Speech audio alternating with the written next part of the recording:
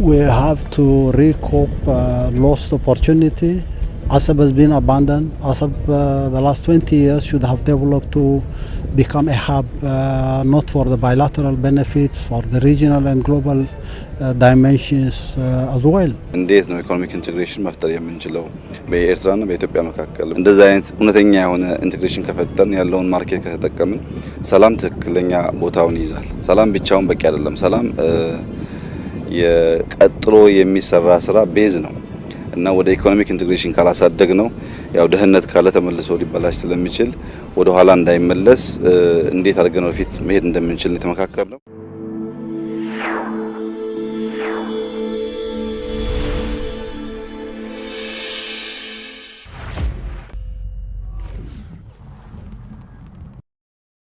ቀይ ባህርን ተረከቡኝ፣ ጉልበቴ እየደከመ ነው።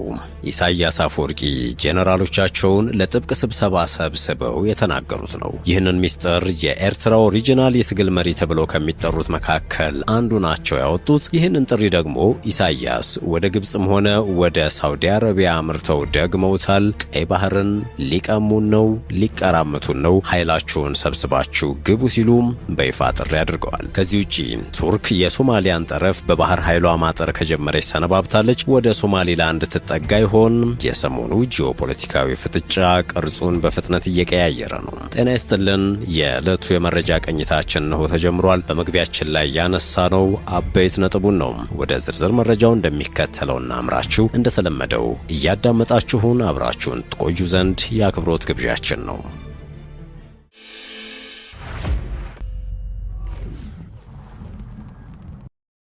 እድሜያቸው ገፋ ያሉ ፈረንጆች ወጣትነትና ጉልምስና ወኔያቸው እየከዳ መሆኑን ሲረዱ እድሜ ቀድሞ ሳያወርደኝ እኔ ልቅደመው ይላሉ። ስልጣን ለማስረከብ ለጡረታም ሆነ ያላቸውን በውርስ ለማስተላለፍ ማቀድ መተለምን ይጀምራሉ። በጥቅሉ ፈረንጆቹ እርጅና ሲጫጫናቸው ፈጠን ብለው I am feeling my age ይላሉ።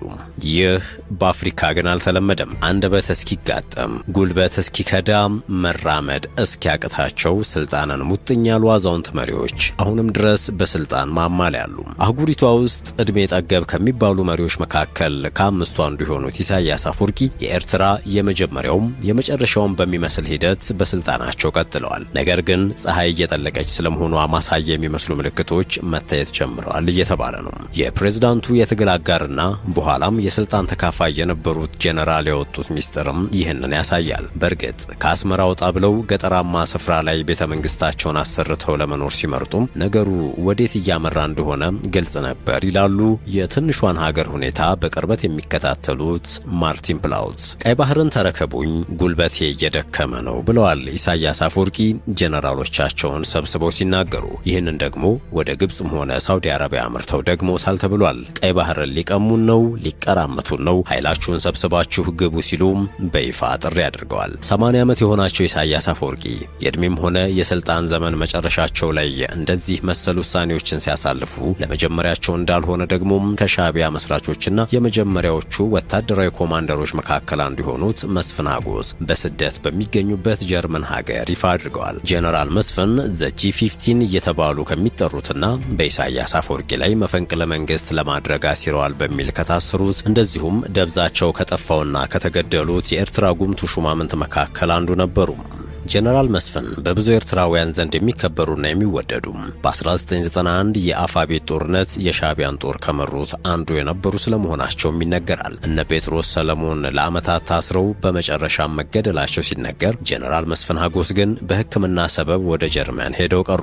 ከዚያም አልተመለሱም። እኚህ ጄኔራል አወት ተወልደ ሚካኤል በጻፈላቸውና አን አፍሪካን ሪቮሉሽን ሬክሌምድ በሚል አርዕስት በታተመው ማስታወሻው ላይ በሰፈሩት ጽሑፍ ኢሳያስ የዛሬ 5 ዓመታት ገደማ ከዚህ በኋላ እንዴት ነው የምንቀጥለው በሚል ጥብቅ የተባለ ውይይት አድርገው ነበር ይላሉ። የሰሜን ኢትዮጵያ ጦርነት በትግራይ ከመቀስቀሱ ከጥቂት ቀናት በፊት ኢሳያስ የቅርብ የሚሏቸውን ፖለቲካዊና ወታደራዊ አማካሪዎቻቸውን ወደ ቤተ መንግስታቸው ጠርተው ስለ መጻኢ ዕጣ ፈንታችን እንመካከር በሚል እጅግ የጦፈና ጥብቅ የተባለ ውይይት አድርገው ነበር ሲሉ ከትበዋል ጄኔራል መስፍን። ኢሳያስ በዚህ የቅርብ የፖለቲካና ወታደራዊ አማካሪዎቻቸው ወይንም ክሎዝ ሰርክል ስብሰባ ኤርትራ እጅግ ትንሽ ወይም ሚጢጥዬና በኢኮኖሚ እንቅስቃሴዋን ቢሆን ፈቀቅ ማለት እንዳልቻለች በግልጽ አምነው እንደተናገሩን የጻፉት። በእንደዚህ አይነት ቁመና ላይ እያለን ግን በቀይ ባህር እጅግ ረጅም ጠረፍ ይዘን ይህንን ቀጠና ለመቆጣጠር ተገደናል። ነገር ግን ከዚህ በኋላ ውጥረት የበዛበትን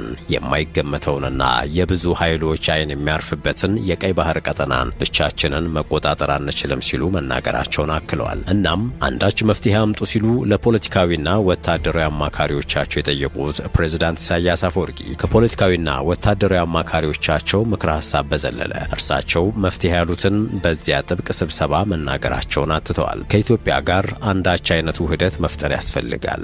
ቢያንስ በኢኮኖሚ ትብብርና የባህር ጠረፍ ደህንነት ዙሪያ በጋራ መስራት የሚያስችለን ማዕቀፍ ቢዘጋጅ በሚል እንደ መፍትሄ ሐሳብ አቅርበው ነበር ነው ያሉት ጄኔራል መስፍን አጎስ። ይህ ብቻም አይደለም። ኢትዮጵያ የባህር በር ልታገኝ የምትችልበት እድል በሻዕቢያ በኩል ሲመከርበት እንደነበረ፣ ኢሳያስ ከህወሓት ጋር በመተባበር ኢትዮጵያን የማስተዳደር እቅድ እንደነበረም እንዲሁም። ነገር ግን የሰሜኑ ጦርነት በርካታ ነገሮች መልካቸውን እንዲቀይሩ አደረገ። ጦርነቱ ብቻ ሳይሆን ጦርነቱን የቋጨው የፕሪቶሪያ ስምምነትም ቢሆን የራሱ ፈተና ነበረው። ለአብነት ያክል ኤርትራ ከኢትዮጵያ ጋር የነበራትን ወዳጅነት አቆመች። ህወሓት ጨርሶ ሳይጠፋ ስምምነት መፈረም አልነበረበትም በሚል ያኮረፉት የሻዕቢያ መሪዎች በስተመጨረሻም ህወሓትን ጠልፈው የኢትዮጵያ ማዕከላዊ መንግስት ጋር መጣላትን መረጡ። ከኤርትራና ከጅቡቲ ጋር የምትዋሰነው ኢትዮጵያ ሸቀጦቹን ለማጓጓዝ በዶራህሌ ወደብ ላይ እጅግ በጣም ጥገኛ መሆኗ የአደባባይ ሚስጥር ነው። ለዚህም ሲባል በቀይ ባህር ላይ የጎረቤት ሀገራት የግዛት ወይም ወታደራዊ ማዕከላትን ለማቋቋም የሚያደርጉትን ጥረት ለረጅም ጊዜ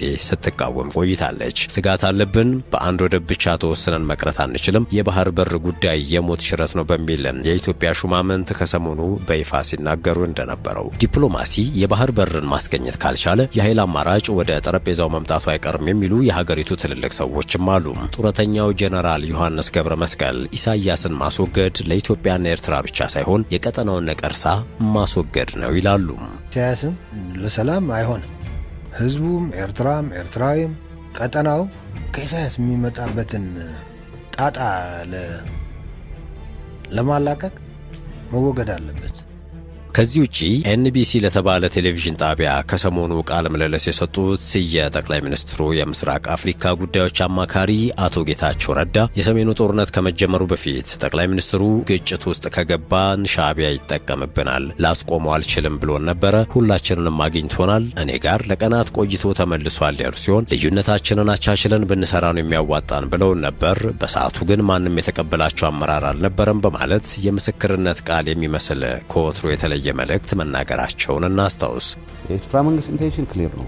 ግጭት ውስጥ ከገባን አድቫንቴጅ ይወስዳል፣ ላስቆመው አልችልም፣ ስለዚህ ያለን ልዩነታችንን አብረን ብንሰራ ነው የሚያዋጣው ብሎ ጠቅላይ ሚኒስትሩ የሰጠለከለ ሁላችንንም አግኝተዋል።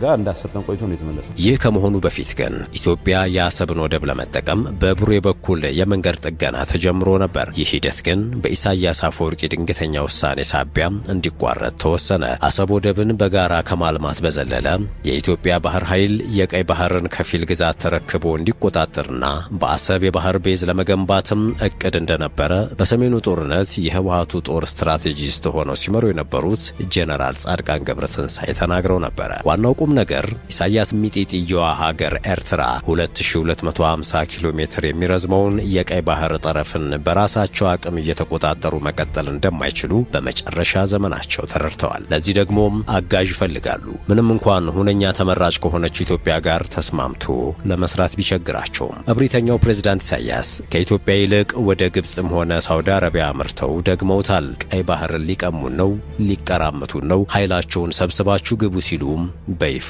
ጥሪ አድርገዋል።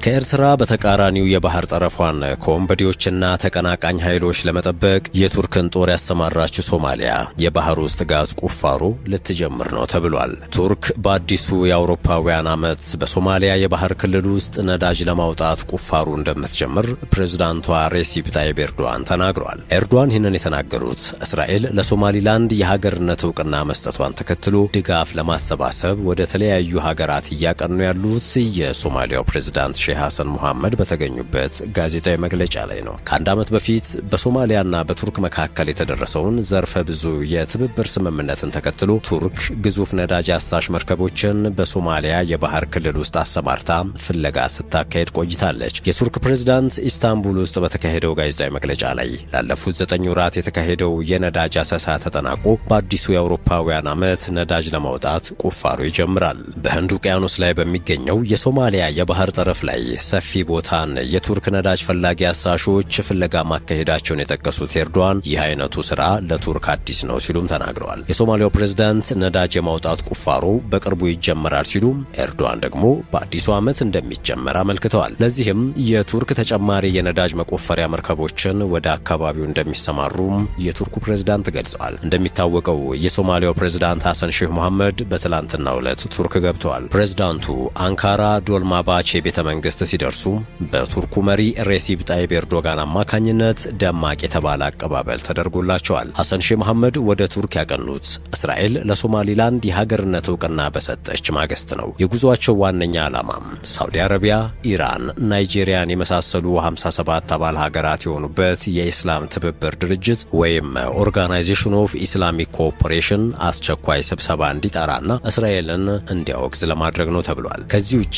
በቀጠናው ተሰሚ የሆነችውና የሶማሊያን የባህር ጠረፍ እየጠበቀች የምትገኘው ቱርክ ውሳኔውን እንድትቃወም የእስራኤል ጦርም በሶማሊላንድ የጦር ቤዝ ያቋቋም ከሆነ እንድትከላከል ትብብር ለመጠየቅ ነው የሚሉ መረጃዎች ወጥተዋል። በትላንትናው ዕለት በተባበሩት መንግስታት ድርጅት ጉባኤ ከአሜሪካ በስተቀር ሁሉም የህብረቱ አባል ሀገራት እስራኤል ለሶማሊላንድ የሰጠችውን እውቅና ተቃውመዋል። ለሶማሊያ ሉዓላዊነትና የግዛት አንድነትም ድጋፍ ሰጥተዋል። በአንጻሩ ታይዋን እስራኤል ለሶማሊላንድ የሰጠችውን የሉዓላዊነት እውቅና የደገፈች ሁለተኛዋ አካል ሆናለች።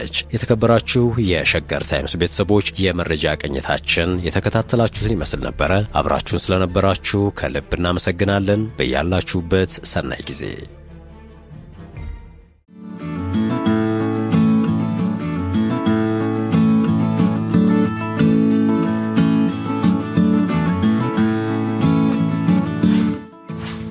ሸገር ታይምስ ሚዲያን ሰብስክራይብ በማድረግና ደወሉን በመጫን ይከተሉን።